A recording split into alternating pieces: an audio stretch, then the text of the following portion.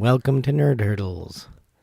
The podcast that encourages you to overcome your geek prejudices. With Snark. With Snark! My name's Snark. Your name is Mandi, and I am Jakob. And you are Fun Ruiner. Yeah, so, Doors Open Toronto. Doors Open Toronto. Which we should explain, since I think 6 of our listeners total are from Toronto. We should explain what Doors Open Toronto And that's not even including Toronto Kev. I don't think he listens He's anymore. He's not from Toronto. Yeah. Anyway. Yeah. Is the point I'm making. He doesn't go by Toronto Kev anymore, though. I know, because I shamed him. Yeah, that's the power you have. That's the power of Snark. Bullying. You bullied him. Bullying. But then he was asking for it. He needed to do some fact-checking. Some geographical fact-checking? Yeah. In his defense, if you're like saying where you're from to someone from another country. Yeah. Why wouldn't you say Toronto? Why would you say Dundas? You wouldn't. Yeah. But Dundas is well known for being the teen pregnancy capital of North America. Is it? Because it was on David Letterman one time. Right.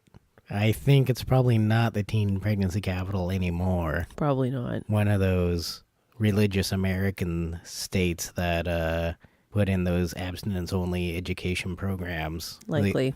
Believe they've way taken over the... Yes. Yeah. And while you might think that Doors Open Toronto sounds like a good way to get teen pregnancy. Right, yeah. That's not what it is. No. So probably every city has this. Like major city in North America probably has something like Doors Open Toronto. It's basically where public buildings or public-ish buildings are that normally the public doesn't have access to, usually with some sort of historical interest. They open their doors and do tours of things like water plants and prisons. I don't know. I can't think of anything else. I never read the catalog. Well, we went to some that other time. We went to the Masonic Temple. Listen to episode number 68 at nerdhurdles.com to hear about their trip to the Masonic Temple. And where else did we go that day?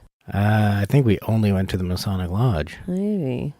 I think we had some other things. The thing about Doors Open Toronto, the thing about everything in Toronto that fucking sucks, is that everything is way too busy to do it. And really spread out as well, like, because the Masonic Lodge was in the neighborhood I was living in at the time, or pretty close to it. And if we wanted to go to, like, the water treatment plant in the East End, an hour away on the other side of town. So it wasn't like we were going to do that. Well, you've been there before. Well, I hadn't at the time. Oh, but you have now. I'm only speaking hypothetically, so I don't know why I qualified that. Yeah, because I don't think we ever talked about going to a water treatment plant. No. Maybe the one here in our neighborhood now. I'd go to this one again. I haven't been to this one, so I would go to it to see how it stacks up to the East End one. So today... The East End one, this is a little bit of movie trivia. Sorry, you're going to get a little nerdy on this one. The movie In the Mouth of Madness, the R.C. Harris water treatment plant in the East End was the Insane Asylum. Which is a nice little... No, because I have a little bit of movie trivia to share about the water treatment plant here in the West End. Right. That it was the air traffic control center in the movie Pushing Tin. Which is odd, because it doesn't have a tower. No, but the point is that... The inside of with a bunch of, like, computer screens in any building. But they address it in Pushing Tin that, like, the air traffic controllers are not in a tower. Oh. That they're just looking at screens. Right. And moving when pushing the tin. Right. Not... Like, there are people that sit in a tower and do stuff. Yeah. But I think the idea was that that's not... The idea and they were far away from the airport even. Well, it is very far away from the airport. Well, yeah, but in the movie. Or maybe I just felt like they were because of where it is located. Right, you're like, wow, this is nowhere near Pearson Airport. And it was supposed to be winter in the movie, but it wasn't. There wasn't any snow here, so they like unrolled like rolls of cotton onto houses and stuff. Wow, that's great. Yeah. And then it, like not long after that, it totally snowed. Right. And then they came back to do more shots. So with real snow. Yeah. But my story segued better into where we went today for Doors Open Toronto. Except that where we went today was right next to where the Pushing Tin movie got filmed. Okay, so between the two of them, There's a good- lot of segues going on. Right. Because where we did go, right next to the water treatment plant that Pushing Tin was filmed, They filmed Police Academy. they filmed Police Academy, but also it is a former insane asylum, just like In the Mouth of Madness from the water treatment plant that you talked about. Yeah. So basically the appeal of where we went, because it's, I mean, if anybody who's seen Police Academy, which I'm assuming more and more millennials have not. Who listens to this podcast? Millennials? I like to think so. I've been told by many an internet article Yes. on the World Wide Web Oh. that millennials have their finger on the pulse of technology and new media, Oh my God. such as but- podcasting. Yes, but podcasting isn't new media. Podcasting isn't even cool anymore. No. It's gotten to the point now where like nerdy adults know what it is, and no millennial would be seen within 100 meters of a podcast. I think only nerdy adults ever knew what it was. Yeah, just a nerdy thing. Yeah. But I feel like that Well- whole serial thing. Well, most people, I think, believe that that's when podcasting started. Yes. So the Doors Open Toronto thing we went to today was at the former Lakeshore Psychiatric Hospital, which Yeah. we learned today has had many names. Yeah, like The Mimico. Mimico Insane Asylum. I thought it was Mimico Sanatorium. Oh, the the Lakeshore. Lakeshore Sanatorium. It's either Lakeshore Sanatorium and Mimico Insane Asylum or reversed. The reason I Yeah. think in particular you remember the sanatorium part was because I said, "Oh, is it sanatorium because people go there to get sane?" And you were like, "Yeah," and I was like, "What's the opposite of insane using the word sane?" Oh, Sane. sane. That's the one. Yeah. I know that word. It's not tricky. Right. The opposite of insane is sane. I also got the Metallica song Sanatorium stuck in my head after reading that word for like 10 minutes. How does that song go? Sanatorium. I don't know. I can't sing. I don't know how it goes. I just wanted you to sing it. Yeah. Sanatorium! Like that. Closer than what I did, I guess. Yeah. But I just did what you did. Yeah. So at any rate, it's like 1890s buildings. Now it's a college. Yep. And so it just looks like an old college now. Looks And like, old buildings, It actually- Ivy League-y kind of feel. kind of. Actually feel like it looks more like a military college Oh, yeah. than something like an Ivy League I guess because college, the buildings aren't so tall. I don't know. There's something more squat and square. Yeah, well, not as tall being squat, but it kind of square and military utilitarian. There's not as much with the filigrees. It's just red brick. It's not like old carved There's greystone. no flying buttresses. Yeah, it's not like a U of T with Hard House and stuff, which looks like Hogwarts, basically. Yeah. So it was the appeal of this was because there's an underground tunnel system, and so I was excited to go see that because I was picturing it being like way creepier. Like a rabbit warren kind of. Yeah, I thought it was going to be like brick vaults still. I mean, it is, but they're covered in water pipes, and you can't see the vaults and brick walls, and like Darker. maybe like flaming torches lighting the way, Yeah. or gas lights, Yeah. something like that. We would die of carbon monoxide poisoning. But it wasn't like that. It was more like just like underneath a hospital, kind Yeah, of those hallways. kind of tunnel hallways. Well, it was underneath a hospital. It's true. It was modern hospital. I mean, you Yeah. know, it was like interesting. You had to definitely like Live in the neighborhood. I think to really, picture it yeah. being how it was. Like it was, you know, Yeah. if nobody was like, if you just walked through there and nobody sort of pointed out any of those factors, you might just be like, Right. whatever, la la la. Which you could picture because you'd been there in the 80s or 90s when it was still like that. Yeah, it was the 80s, I Yeah. think, because I was pretty little. Yeah. It was, yeah, I just had like construction lights hanging in it and puddles and dirtiness. But it was definitely a very nerdy thing. So for a lot of the Doors Open Toronto things, and this is what I think the biggest problem with them is that you just go and show Yeah. up. But this one, for the tunnel tours, you had to book a ticket ahead online. It was a Right. free ticket, but you had to reserve. Because I don't think I would have gone otherwise. Right. You would to just join in the scrum and I wouldn't want to do that. No, I wouldn't. Like if the day had rolled around and I was like, oh, today are the tunnel tours. Do you want to go? We'd have been like, no. No, totally, yeah. It was also the commitment of you having signed up, where it was like, yeah, we'll go to that, because I kind of just wanted to hang out here when it was time to go. I know. I wasn't like, yeah, I really want to go. Because I sort of, even though it was a good tour, it was like, I still found it boring. Yeah. And I feel like it would have been even more boring, because we walk on the campus a lot because it's right next door, like literally pretty much. We're there all the time. And it's a good, we walk through it to get to your parents' house and stuff like that. And the park's right there. So we walk through to get to the park. Going on the tour, it was sort of like, talking about what each of those buildings used to be. Kind of interesting because we see them all the time. You know? But I would have been like, if we lived in some other neighborhood, I would have been like, this insane asylum tour was bullshit. Yeah. Like, I felt like some of the other people who didn't get to hear the ghost stories and stuff, Because they did a cool thing. Like, they really talked about it from, like a perspective of destigmatizing mental health. Oh, yeah, totally. Yeah, which I was pretty impressed by.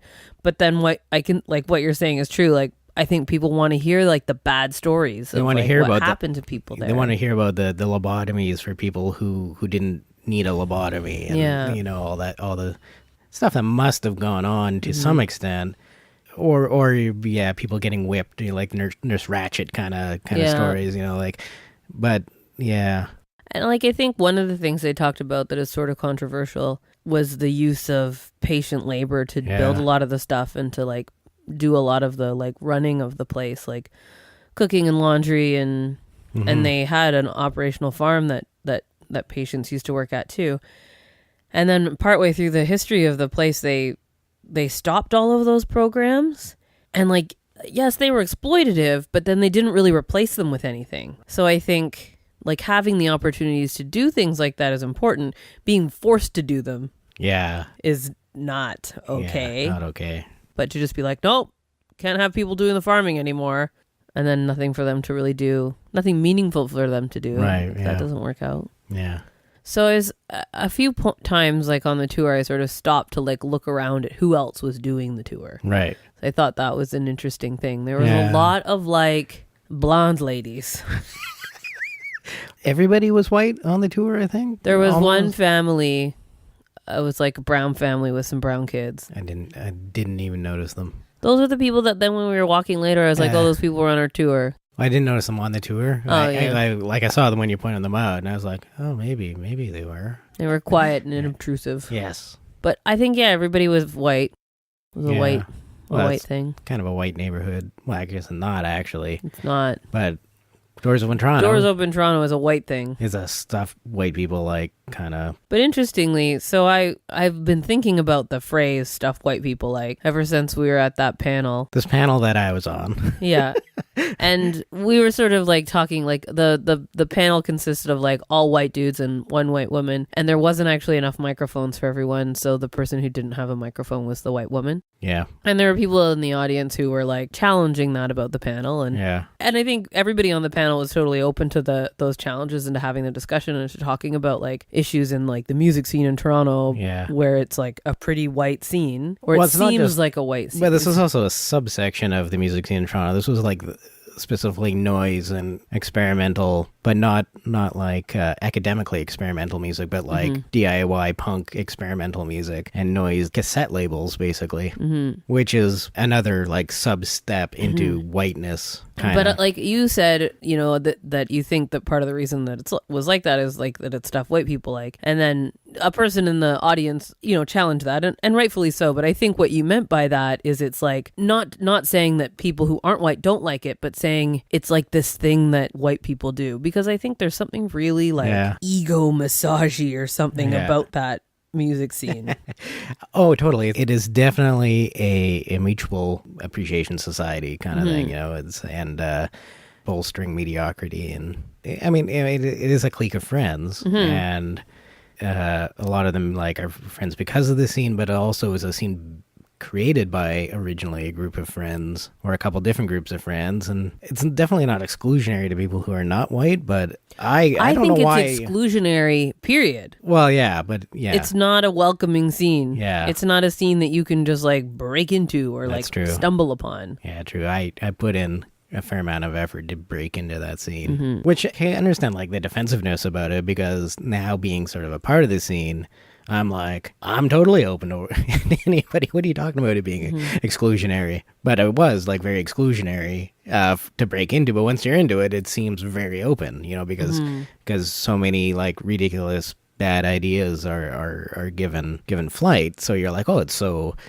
open. It's so open, like. I think the other thing too, though, and this is something that I think you and I kind of come up against when we're talking about like inclusion and accessibility to spaces and things for people, is that all the ways you can break down those barriers are not things that I'm interested in doing as an introvert. Yeah. Like, Well, it's a very introverted scene. Like, everybody on that panel is an introvert. Mm-hmm. Maybe not James so much, but the rest of us definitely. Yeah, and just everybody you talk to, almost, like, the people who are extroverts in the scene stick out like a sore thumb, And you're like, wow, who's that guy? Mm-hmm. I feel like I probably have a nickname for every one of them. Yeah, it's like, wow, this guy's like a used car salesman. What's wrong with this? Like, what's wrong with this picture? And it's just because the norm in that scene is like people who can't make eye contact and permanently have their arms folded across their chest and... or hide in their cell phone. Yeah, that's what I do. Yeah, and you have face the corner, and I don't face the corner though. No. That's just weird. Well, if you don't have a cell phone, I brought a book. Bring a book if you don't have a cell phone. But the reason I sort of brought it up at all is that like I used to just sort of be like, oh, I guess it's stuff white people like. Right. But now I'm sort of thinking like, what are the barriers? Like, why are there not more not white people here? More people of color, more racialized people here? Like, what are those barriers?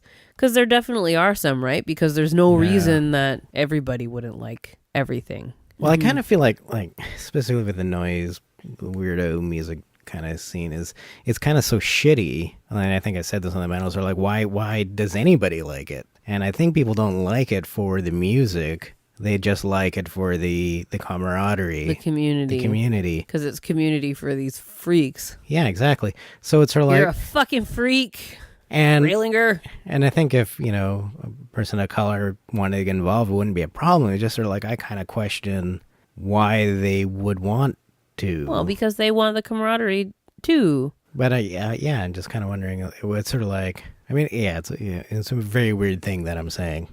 Or trying to articulate. It's sort of... Well, I think it's that, the idea of like birds of a feather flock together. Yeah. I think when the more awkward someone is, the more likely they're just going to like seek out people who are the most like them as they can find and then just be like, I'm snug here. Yeah. I mean, that doesn't necessarily mean that you have to be the same color as somebody else, but I think that's how people are used to kind of splitting themselves up. Like you go to a high school cafeteria, maybe not so much now, but well, I don't know, but you definitely see these little like clumps of people that have split themselves up by culture or race or and then just other cliques like jocks and nerds and whatever. And also like just physical attractiveness, at least in younger sort of like high school, first couple years of college kind of thing. You'd have like ugly jocks and good-looking jocks would be two separate cliques, kind of, like sort of like people seem to like gravitate to the social hierarchy, which is, not something that's ever stated openly, but people just, oh, this is going to be one of my friends because they've grown up being average-looking, so we kind of view the world the same way, and so I'm sure nobody's thinking that person's average looking enough that I can be friends with them. But, it's just like you have that connection automatically and become friends. Well, and then that's true, too. Like, as a white person, I certainly don't understand what it's like to navigate the world, if I wasn't white. Mm-hmm. Like, I can't understand that. Yeah. It's also interesting, too, like Toronto being, such a multicultural city. There's so many people from so many places. I think sometimes people just sort of fall in with their little tribes and sort of stick together. Yeah. And don't branch out. Like, I don't think that that's exclusively true because you see lots of people, like there's lots of spaces that are, more authentically diverse than others. Yeah. But it's interesting. Like, I think, like, with Doors Open Toronto, you'd have to think about, like, you know, how are they sharing the information? Like, who's getting the information? Where are they sharing it? I feel like the only place I ever hear about it is on CBC Metro Morning. I think I saw this thing on Facebook in, like, the, like, Neighborhood Residents Association Facebook page, which generally just has complaints about traffic and condos. It's the traffic caused by the condos. The condo construction is definitely... It's a thing we hate here. It's one of the worst things about this area. Well, it's not in this area, but it's between this area and getting anywhere else. Yeah, no, generally I don't have much of an interest in any of the Doors Open Toronto stuff. It's like, it's a nerd hurdle for me. I don't either just complete disinterest legitimately about the location, or it's just kind of like, it's kind of, I don't know. I'm not enough of a Toronto history nerd to care, you know, they have sort of a passing interest in the stuff they're going to talk about. Well, a lot of the Doors Open events are just like dumb. Like, I don't want to go to the pool and like see the pool. Like, sometimes there's stupid things that you can just go to another time. And then all the ones that are like cool are so busy, you'd have to like stand in line for an hour to get in. But speaking of nerds on the tour, there's that girl. The pink nerd? The pink nerd. Who was wearing a pink shirt and pink shorts. Different shades of pink. Different shades of pink. Yeah. Clashing pinks. That, was like, at the end was asking all these good questions. Super good questions that the tour guide did not have answers for. No. But she asked what happened if one of the patients had a baby, was pregnant, if they would stay with the parent, or what would happen. What was her other question? Was it about the nurses going up and down Lakeshore looking for stray children? Oh, she did ask something about if they were given care. Or did she ask if people left? Oh, no, that was somebody else. I don't know. She asked like 3 or 4 good questions. And it was just sort of like, wow, when I was that age, we'd not be asking these questions. Wouldn't ask anything. Or care. Actually, I probably would have asked questions. Yeah. I was that kind of precocious I don't even think dick. she was a precocious dick. She just seemed like... No, she wasn't. Yeah. But oh, you were. I was. You would ask precocious dick questions. Well, yeah, I would want to be like, I'm asking a question. Right. You're a little more Hermione Granger-ish. Maybe. Yeah, that girl was more like Wesley Crusher. Oh, yeah, total Wesley Crusher. Total nerd. Yeah. So squeaky little nerd. Yeah. But it depends on the thing. Like, I feel like I'd be the kind of person that would, like, ask questions that would be, like, thinly veiled attempts to show how much I know about something. Right. I still feel like a real drive to ask those kinds of questions. You did give the correct answer to one of the questions the guide asked. But I waited until it was clear that nobody was going to say the right thing. That's true. You did. You held back. For 2 reasons. 1, you want to give people a chance. Yeah. 2, then when you give the right answer, you look even better. That's true. Yeah. So you want to go to another Doors Open Toronto thing? No, not really. It would have to be something very... Would have to be cool. It'd have to be something I was legitimately super interested in going to see. But I can't even think of anything in Toronto where I'd be like, oh, I want to see... You'd go to the water treatment plant near us if it was open. Yeah. You would. Not today. No, I mean... But if it was another day. I could just get that arranged through work, too, though. Get paid to go? Maybe. Because you got to get paid. Well, let's talk about some stuff we've watched recently. Midsummer Murders is the worst.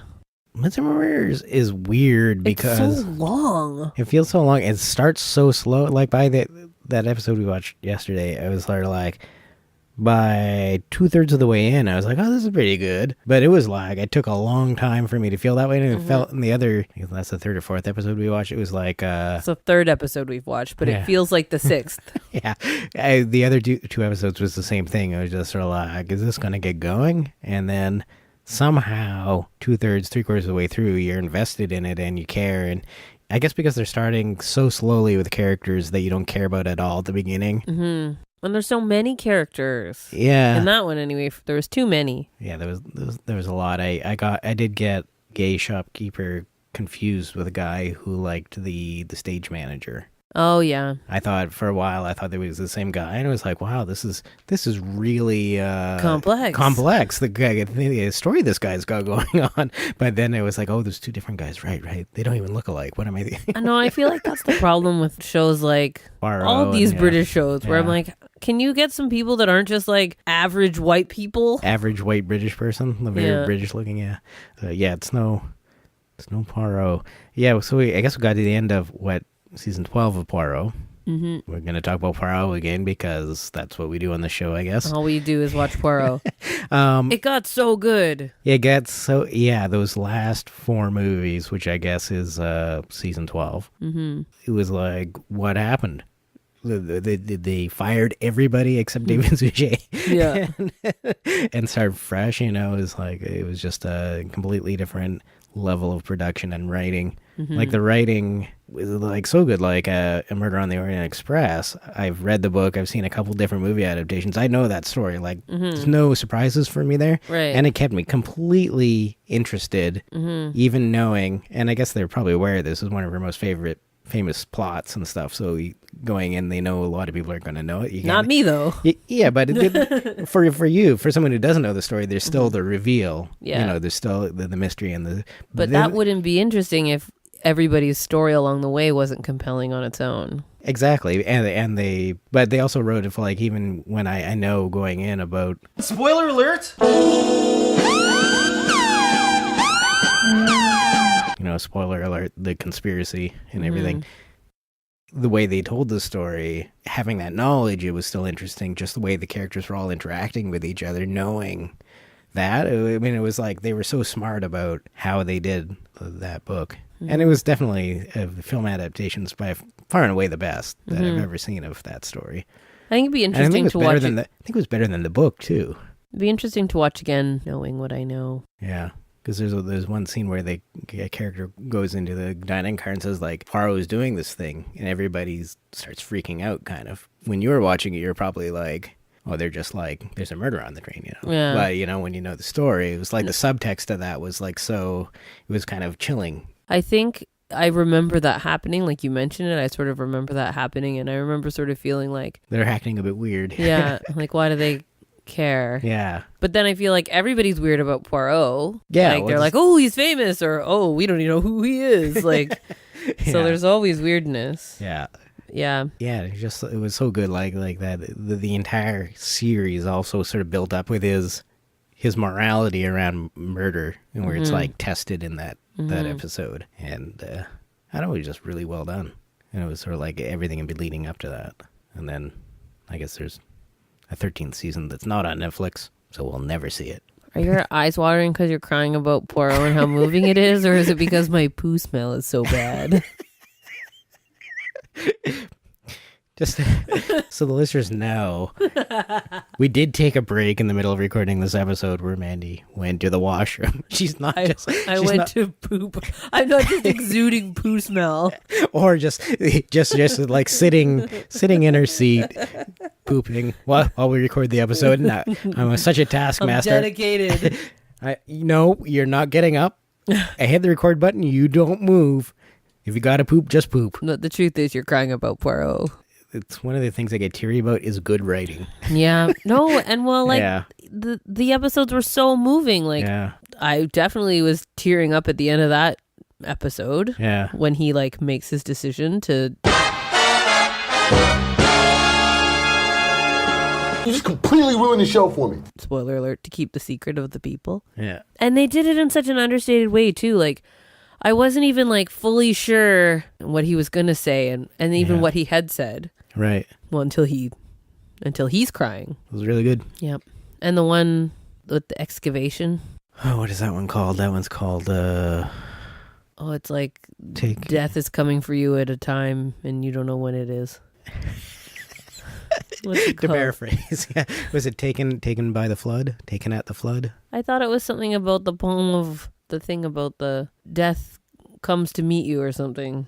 Oh, an appointment with death. Yeah. Right, yeah, that was what it was called. See? Yeah. I was paraphrasing. What taken at the flood could mean that. I guess so. Cat Among the Pigeons. Which one was that? Was the last one? I can't remember. Cat Among the Pigeons is the one where oh god, I can like almost picture it. Yeah. They're oh, now it's gone. Now I'm just thinking of that other one. It was still good, but it was a letdown after the Murder on the Orient Express. They should reverse the order of those. But yeah, definitely more satisfying than London Spy.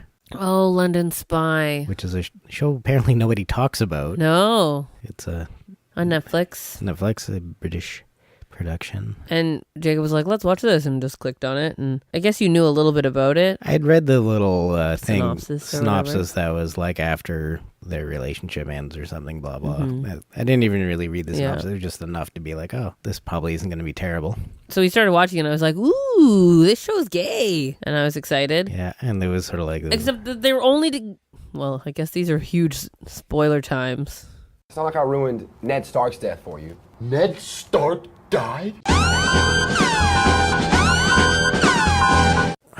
don't know if this is... Okay, well... It's only 5 episodes long. Spoiler alert. It's better to not... Okay, wait.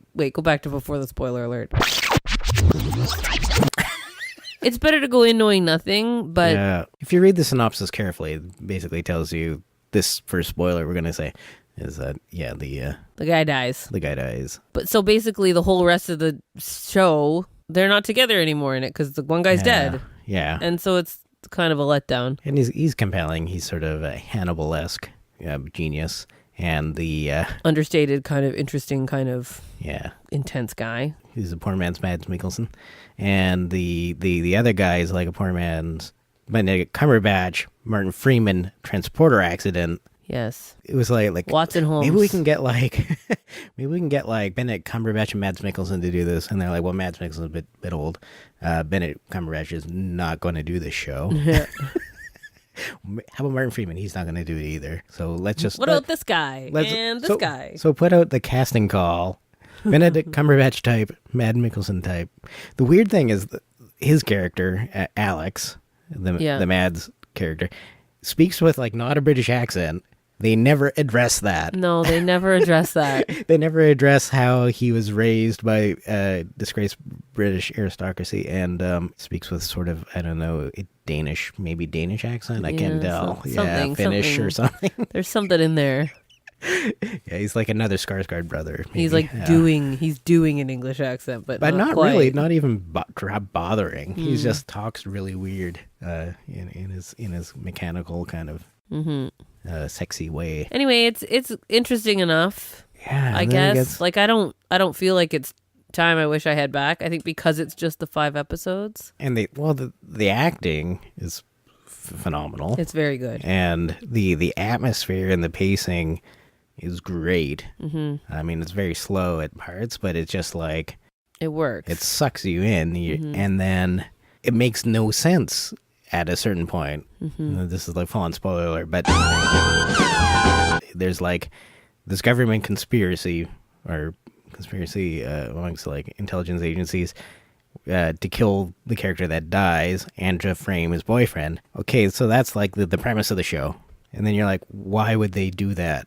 That makes no sense. Why they wouldn't just kill the one guy. Kill them both. Or kill them both. In the framing of Danny, they never give you an explanation of why they were trying to do that at all. So they sort of, we need to discredit him when he was investigating the death. They're like, there's no reason to think that he would investigate the death. And then they killed the guy in such a spectacular manner, right? Yeah. And then why give him the keys to the place? Yeah, it was that was to frame him so that he'd be there and have his DNA there and all this stuff. But it was just sort of like, it would make way more sense if they just like poured a bunch of alcohol down Alex's throat and pushed his car into the Thames. If spies are going around killing each other, I think that's probably more likely how they do it without like these bizarre conspiracies surrounding peripheral, and so complicated, where they had set up like a whole clean room environment in there to like do stuff to him.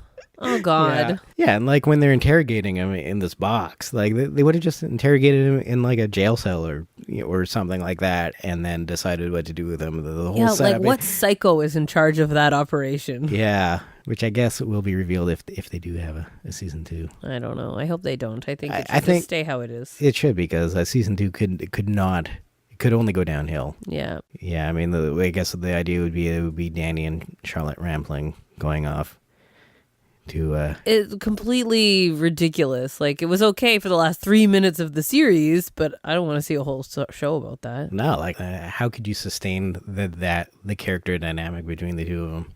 Well, you couldn't, because it would be completely unbelievable, because you've set it up to be something completely different prior to that. Yeah. And that was what made it good. I mean, there's some good moments where they're using his lie detection algorithms against himself. Mm-hmm. He says, I love you to his adopted mother or whatever, who is Charlotte Rampling's character, and lie detection says that it's a lie. You have this like human moment where she starts freaking out, crumbling. Well, not just because he doesn't love her, but because she realizes that they're not going to let him go. Yeah, that the fact that he doesn't love her has signed his death warrant. So like that's the ultimate failing of a parent too. Right. If your child doesn't love you, and that literally kills them. That's an amazing human tragedy moment. Mm-hmm. But it was set up, and it only existed because of this like ridiculous scenario that they kind of like ham-fisted it into. And it's sort of like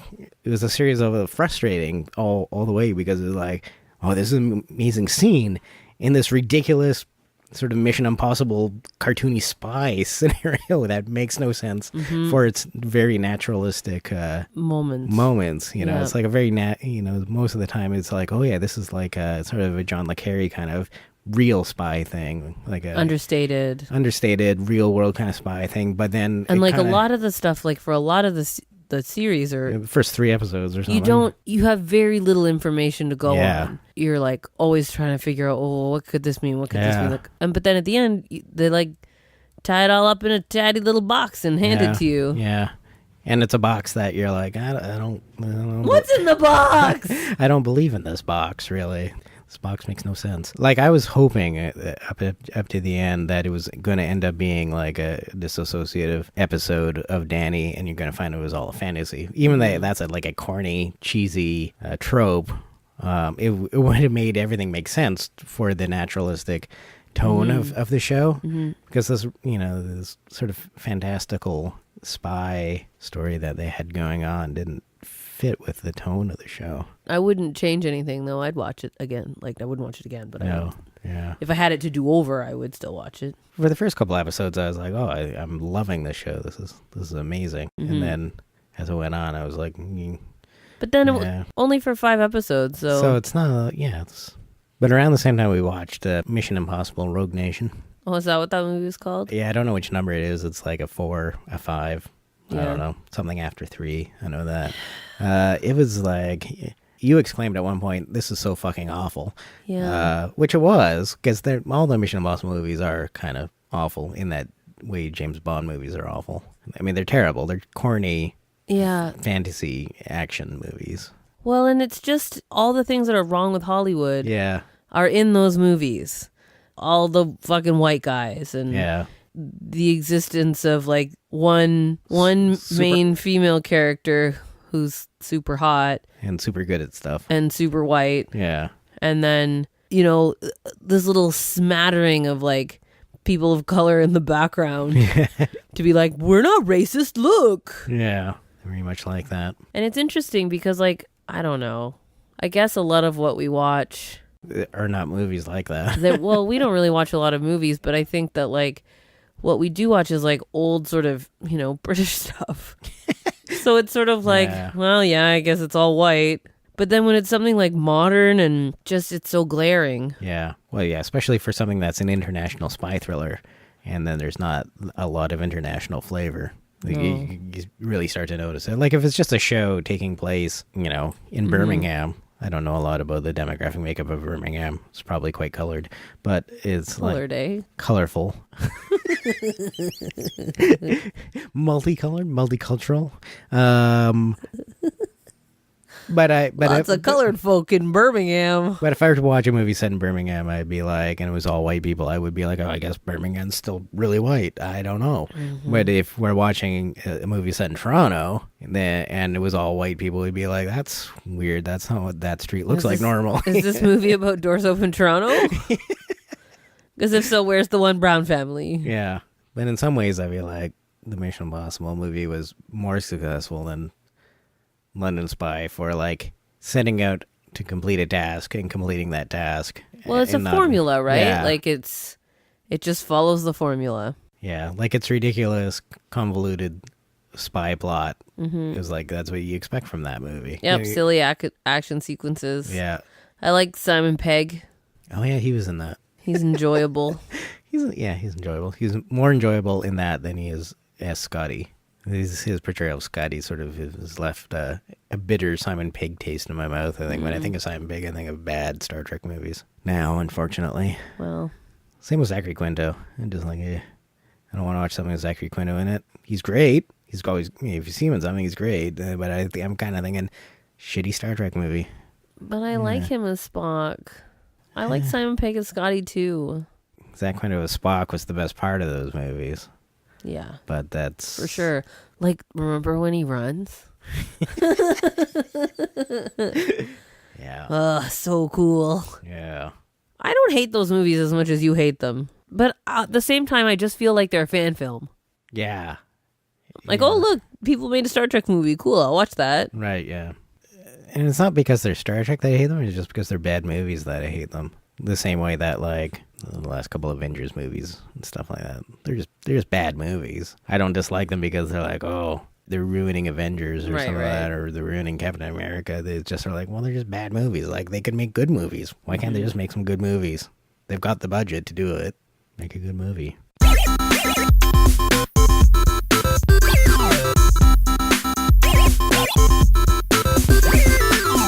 Nerd hurdles. Here's a further appeal for you. I need supporters for this website. This simplysyndicated.com thing, this podcast network you've been listening to. We don't have ads, you see, but it takes money to run this and keep me willing to do it and all that kind of stuff. Because I have to buy food and shit, in that order. So I need you to go to simplysyndicated.com/everything. and sign up to support us with just £6 a month, which is incredible. We appreciate it so much. It's awesome, you guys that already do it, and we, need every little bit we can get to help us out. So if you go there, simplysyndicated.com/everything, it's £6 a month to support us, and you get simply everything in return, which is our entire back catalogue of sort of 11 years worth of shows and exclusive content. Alternatively, we've got a Patreon, which is patreon.com/simplysyndicated. That's a $3 a month support donation, and I've been posting some exclusive content on there as well. So that's might be more up your alley. Or failing that, we actually just have a PayPal button where you can give us a little tip, throw us something in the jar, so to speak. And you'll find the link to that at the bottom of simplysyndicated.com. Right at the bottom. Just scroll down. It's there. There it is. That smells not me. I think that's... Oh, Jesus, Bartleby. Oh, my God. This is the wet food talking. Yeah. Ugh.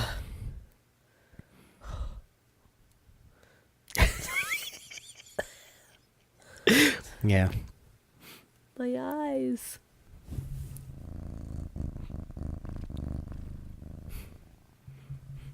That's some good purring Foley you captured there. Thank you. The same way like Yeah. Come far over here.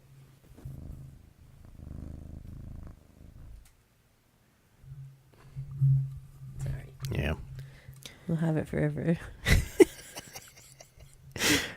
You make it. You put the purring in the episode. I will. You can make it your ringtone. Oh. Oh. Yeah. Yeah. So do you think you want to go to another Doors Open Toronto thing? I can't stay in there.